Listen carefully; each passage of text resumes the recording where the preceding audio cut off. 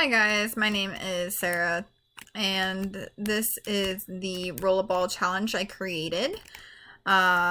Here you want to pick up the yellow pickups to move to the next level. Here, now you get 3 lives if you collect the red cubes 3 times. You will lose the game.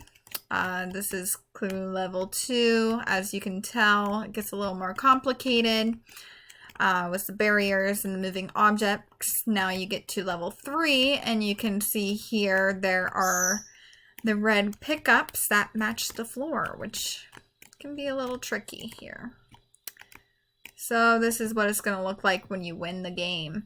Now, if you lose the game, just to show you what it looks like, I'm going to pick up all these red cubes here, and you will lose. That's what it looks like.